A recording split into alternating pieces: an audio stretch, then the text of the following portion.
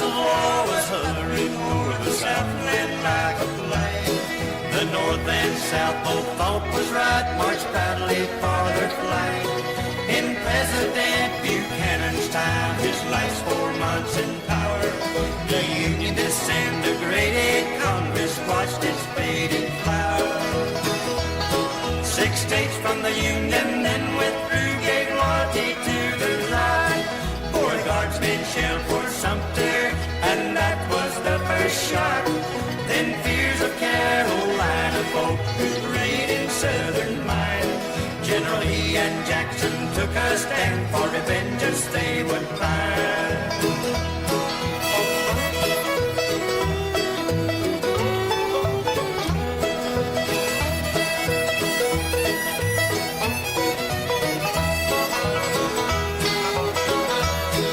If then they could have only known the sorrow war would bring, the first shot would have not been fired on enemy or friend. So many thousand died in vain, the soldiers who believed. If that first shot had not been fired, peace might have been achieved. The shoulder-to-shoulder tactics used by rifles, muskets changed. Too soon, too many clumps of dead to defensive war arranged. Today we decorate the graves, their honor marks the spot. They lost their lives on the battlefield all because of one first shot.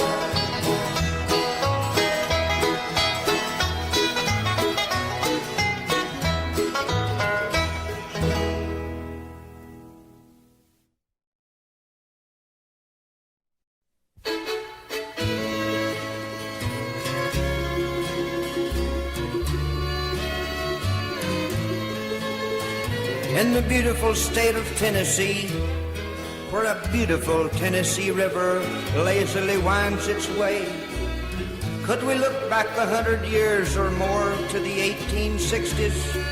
I wonder what our thoughts would be and what we would really say.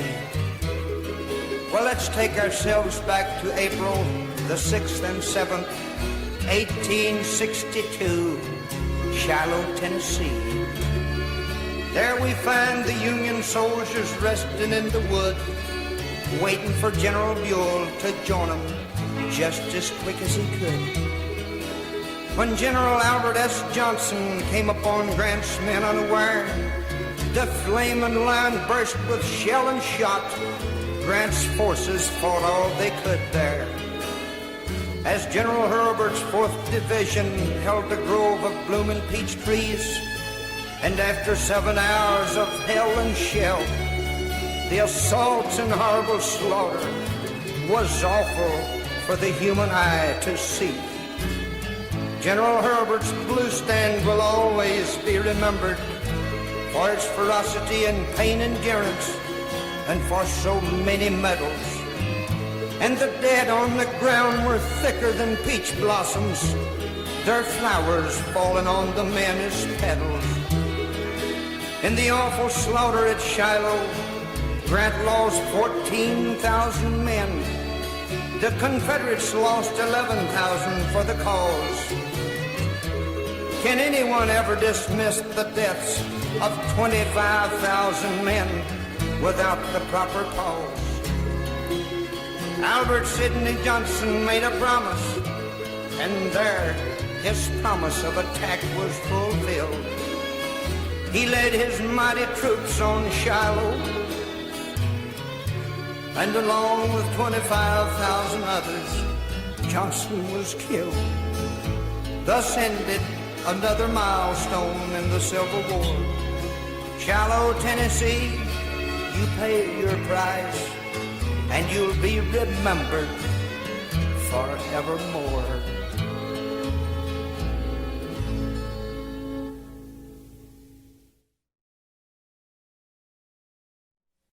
Antietam, I tribute to you.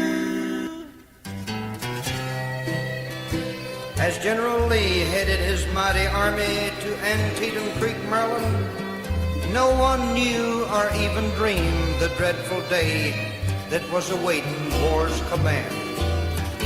Confederates caught the Federals resting, awaiting tomorrow's fight. And the next moment the cannons roar, drowned out their screams of fright. The dead were thicker than the corn stalks that grew on the Miller farm, and you couldn't hardly walk at all unless it was on back, chest, or arm. The Louisiana and Georgia brigades face to face in death row stood, and they had to give some of the cornfield away until reinforced by General Hood. The men of the 1st Texas Regiment, while 8 out of 10 of them dying, they made Meade's Pennsylvanians pay hard for their pain and their suffering and crying. 12,350 Union men perished, and 13,700 grazed in one day's hours. These dedicated lives were lost forever. Their pay was only corn stalks for flowers. Thus ended Lee's invasion north. What a terrible price he had to pay. The Southern cause was jolted south. Time it was to think and pray. Antietam's battlefields are kept today in memory of those who had to die. And as we think and look at you, Antietam, we can't help but wonder why. Antietam, I tribute to you.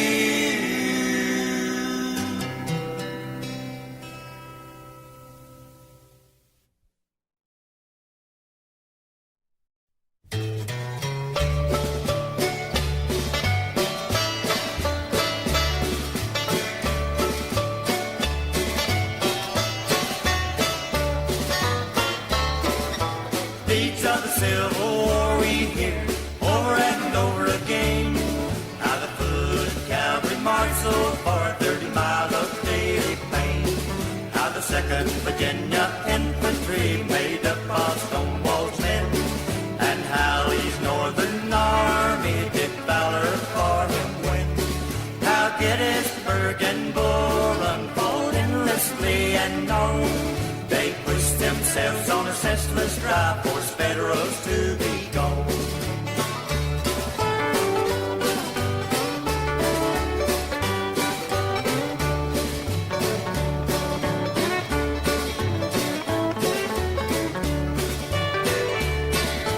Chancellorsville bears witness how Lee's right arm man stood. They looked for a man to replace him, but Lee nor no man could. And still the battle flag waves proud turmoils of war to tell. Stonewall's brigade we honor, yet memory taps for those who fell.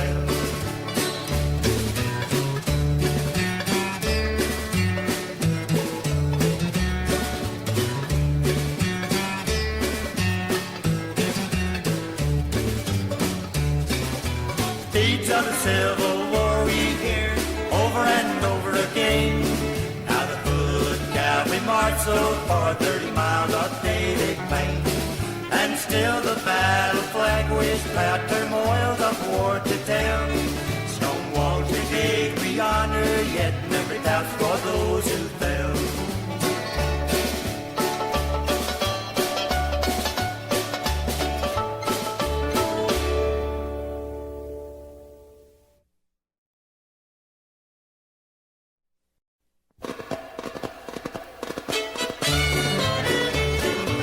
With the Civil War's 1861, 334 men from Fuquay County, each riding his own black horse, enlisted with Jeb Stuart's Black Horse Brigade, and was off seeking for fight and war's bounty. Now these horsemen were born to the saddle, and they knew well how to ride a steed. They rode and soon welded together a great corps of fighting hell and leather lead. Now when McDowell's Union forces were badgered into a fight, Jeb Stuart's Black Horse Cavalry charged, and the Federals broke and ran with fright. Now when Jeb's saber-riding cowboys rode proud behind their Black Horse banner, bravely so rattled the Union morale they couldn't fight in any manner. Fox hunters, planters, and just plain horsemen made up this famous Black Devil Brigade, and they had the esprit de corps and courage of a huge cannon's accolade. The swashbuckling and heroic exploits of Stuart's chosen horses and men surged forward 2 full years before Yankees even learned horses or how to stay on them. But in due course of time, as disease and casualties mounted, the black horses could not be replaced, and the cause for Confederacy discounted. Jeb Stuart's cavalry in Brandy Station's twilight bumped into 10,000 horses in Union forces' might. The sad news came, and General Lee knew the Federals had learned to ride and fight. General Grant's blues never will forget Hampton, Jones, Forrest, and Fitzhugh Lee, Equine Princess, Ashby, and Stewart, before surrender finally stopped the victory.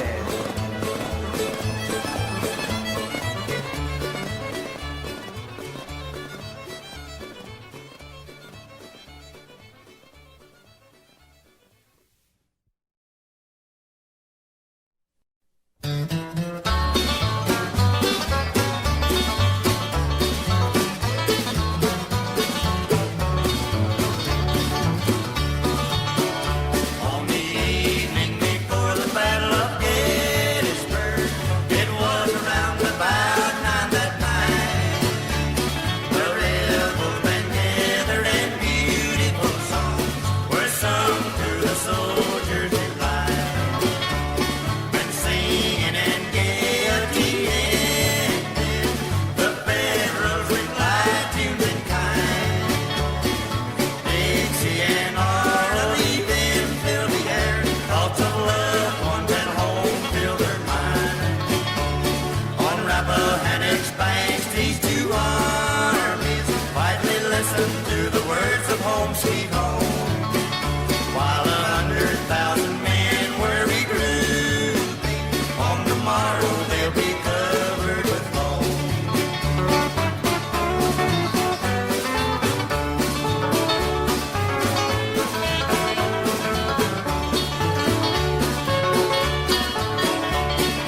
Cannons and muskets and sabers were used, hitting hard into General Pickett's lines.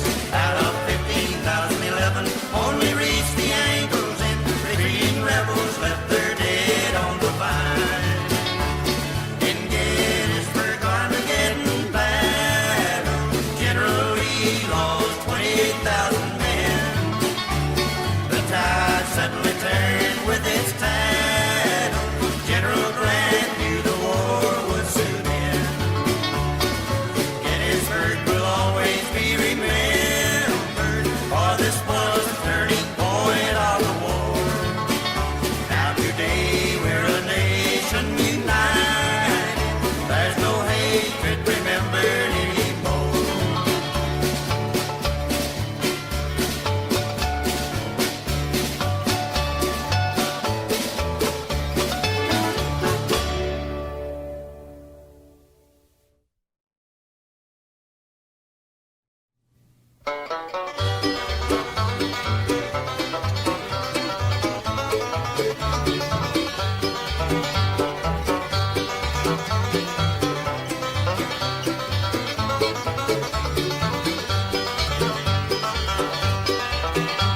They love the role of rugged boys in a military school.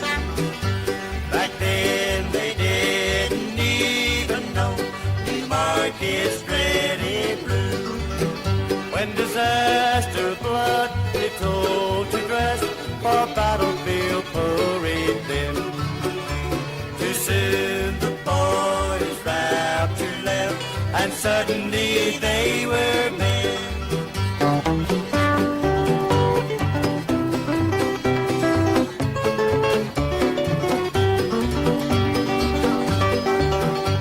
"247 marched in Breckinridge Command, and when they got to New Market, they were fighting hand to hand.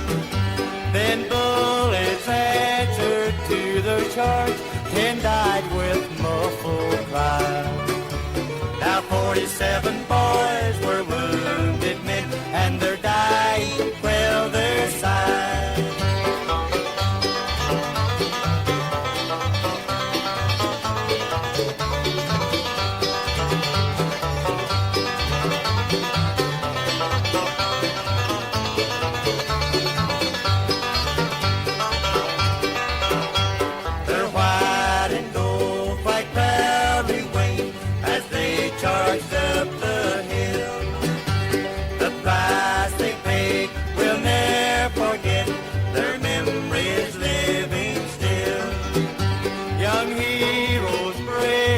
V.M.I, their faces wet with rain, charged up the hill and turned the tide as they fought pain with pain.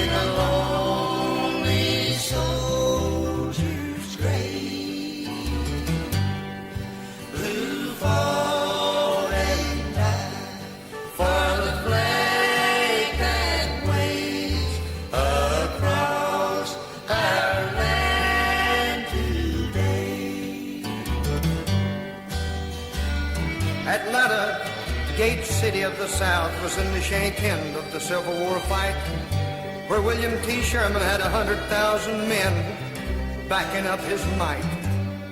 General J. Johnston's 60,000 Confederates never had a chance to hit Sherman full force. Exacted as he delayed and harassed Sherman, hoping the price he paid would cancel Sherman's course. After General Johnston's failure against Sherman, he was replaced by a hot-headed, one-armed and one-legged General Hood. He attacked Sherman in the Battle of Peachtree Creek, and there Sherman made Lee wonder if the plan was really any good. Atlanta's dying city saw its dying men, row upon row crowding its erupted, war-torn streets. And the medical supplies were blockaded out and soon exhausted, and the shelters were soon blasted down by the Federals' cannon beat. Two Kessler brothers coming from Germany, one went north and signed for the Union first. The other went south trying to find him and was conscripted into the Confederates first. As the fighting progressed in and around Atlanta's geographical map, one brother found the wounded other too late. Tears fell as he died in his brother's lap. During the month-long Atlanta siege, every house was hit some a dozen times. Broken homes were everywhere seen, and broken bodies steadily coming from the lines. So many soldiers who fought in the Battle of Atlanta were just young, teenage, reckless boys. Atlanta, you must always remember this, for youth made most of the noise. Sherman boldly then cut loose from his lines, circling far to the south of the city. And General Hood's only rail line was smashed. His withdrawal from Atlanta was a pity. With the end of each desperate charge, opposing youths were killed hand to hand, while clasping each other in death's embrace. The blue and the gray died together for Atlanta's land. Forgotten men who lie asleep in a lonely soldier's grave, who fought and died for the flag that waves across our land. To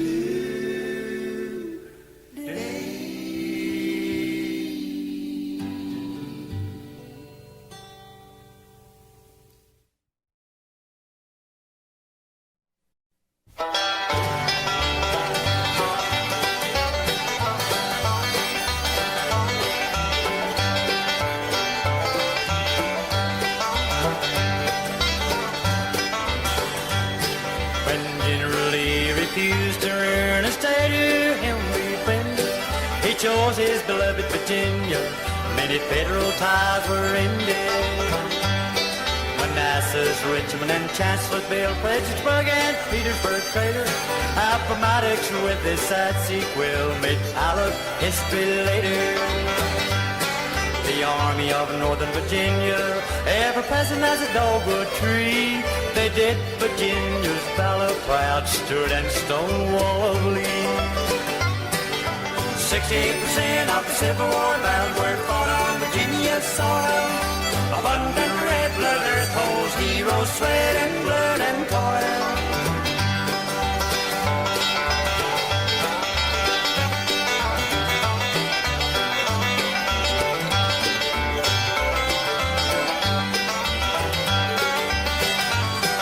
Virginia didn't fail our country as mother of President State. Confederate capital in Richmond made Richmond's honor great. Now Brandy Station saw the charge to its horses galloped hard. 10,000 Federal cavalrymen were beaten by Virginia's guard. Let's stand and count Virginia's blessings with a heavy heart in hand. The South land with its stars and bars lives on in Lee's command. When the Federals nearer Richmond came, a whispering at Churchley view, Jefferson Davis hastily moved his capital to Danville as the war pursued. 60% of the Civil War battles were fought on Virginia's soil. Abundant red blood earth holds heroes, sweat and blood and toil.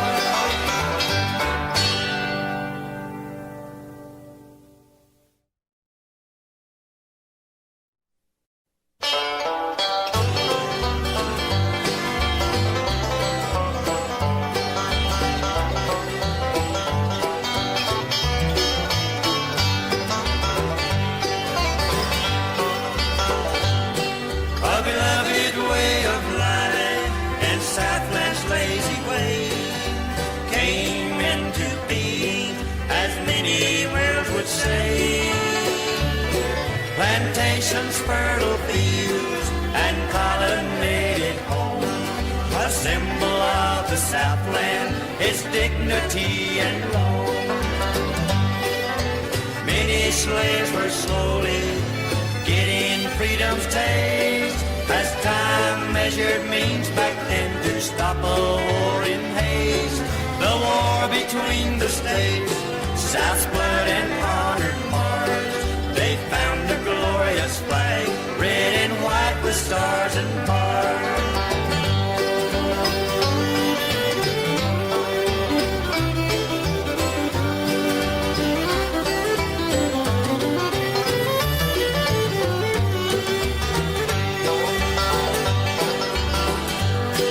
The waving fabric long, honors white and colors red, reminds us of the promises that warring wounds had bled. The purity in its blue, ladyhood and southern belle, rebels Lee, Jackson and Stewart, they never ceased to tell. Battle-born and battered, proudly wade through all the fray. Bullet-scarred and bloodstained, never leave us, they did pray. When Appomattox came and marched the rebel men, they stacked their guns, the cause was lost, tears soaked the flag again.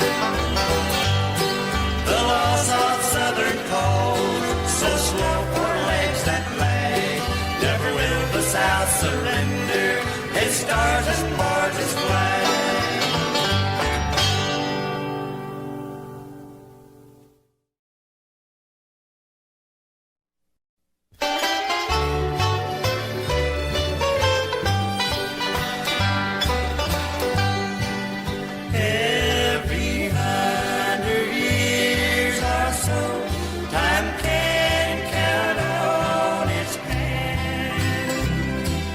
Godly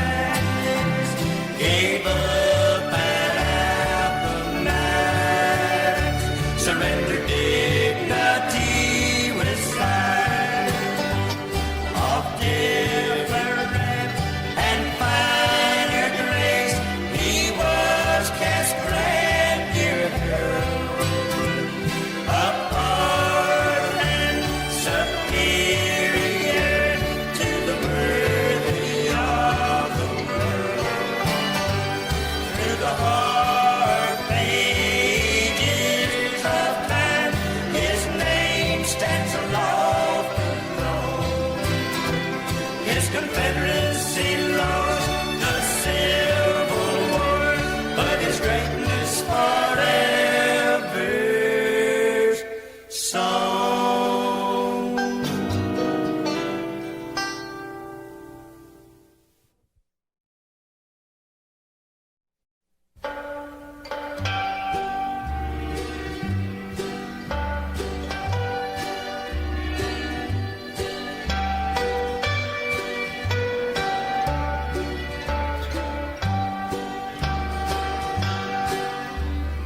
General Lee and his troops knew now the end of the war had come, and General Grant felt surely now further blood loss would help none.